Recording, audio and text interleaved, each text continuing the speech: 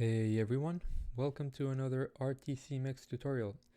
In this video, we'll talk about applying amplitude envelopes in RTcmix. So in our previous tutorial, we briefly looked at the Wavetable instrument and we were able to produce sound for the first time with a script similar to this one. But one thing that I forgot to mention last time is that you can interrupt playback by pressing Command period in terminal. So if I were to run this script, I can press Command period and it would interrupt the script. So that's something you should keep in mind as you start exploring with your own scripts. And now for this tutorial, we'll begin doing things slightly more efficiently.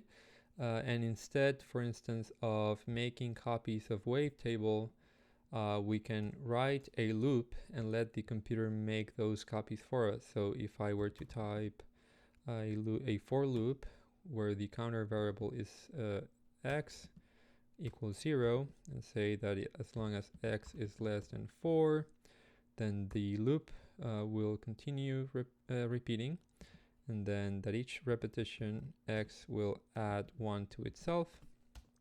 So it will go from 0 to 3. And when it reaches 4, it will stop repeating. And then inside the loop, we'll say Wavetable. So you use x as start time, then 4 minus x, so that the duration gets increasingly shorter, then 8,000 as the amplitude. Then for the frequency, we can say something like 2,000 plus 100 times x, so that it goes from 200 to 500. And then for the panning, we can just say something like x divided by 3. So it will output these values for each repetition. And then if I get rid of this and I run the script in RTcmix, it should sound exactly the same. Yeah, so there you go. Now, if you noticed, we are currently getting some clicks at the beginning and end of each note, and that is a byproduct of abrupt changes in amplitude. So in order to get rid of those clicks, what we need to do is apply an envelope to the amplitude of each note with a function called maketable. And so there are many ways in which we can implement this function, but for now we'll only use it for amplitude envelopes. So let's type env, which will be the variable for the envelope. Env equals maketable, and we'll type line as a string, then 1000, then 00, 1, 1, 2, 1, and 3, 0. So what is the meaning of all this stuff? So we can read this in, let's say, 3 sections. So the first one, the first argument, defines or specifies the table type, which is specified as a string. And in this case, we're using the line table type, and you'll see what this means in a second. The second argument is the table size, which specifies how many discrete points the table has. In other words, what the resolution of the table is. And then we have a sequence of number pairs.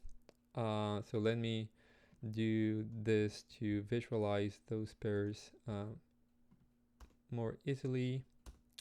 So we have 2 columns.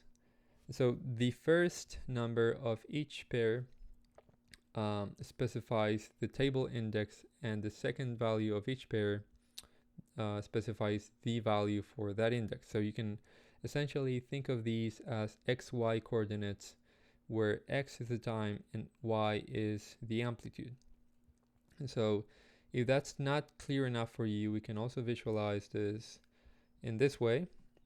And so if you pay attention to the second number of each pair, you'll see that what we're doing is going from 0 to 1, 0 to 1, then flat line from 1 to 1, 1 to 1, and then a descending line from 1 to 0. So what we're doing with maketable is basically reproduce that shape which we'll use to control the amplitude of each note. And notice also that there's nothing keeping you from adding more number pairs. You can type as many as you wish, but in this case we'll only use these 4. And all we need to do is multiply this envelope variable by the amplitude of Wavetable. So if I were to play this, we get a nice envelope for each note. Now let's say we're going to change the last index of the envelope so that it's further apart from the beginning of the envelope. So let's say that the last one will be 100. And this should translate to a sharper attack with a slower decay. So let's listen to it. Yeah, so if you listen closely, we are still getting clicks with each note. And that is because by default, control data, such as the one we are generating with Maketable, is being processed by RTcmix at a slower rate than we usually need.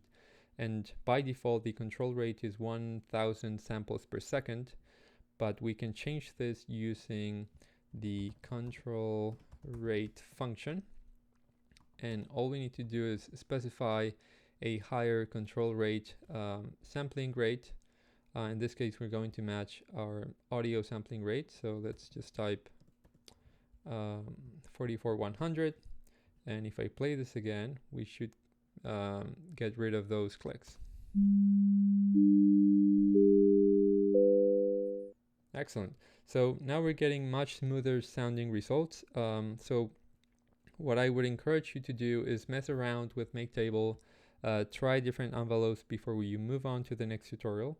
And as you get more used to thinking of envelopes in these terms, you'll find it easier to come up with other ways to implement the Maketable function.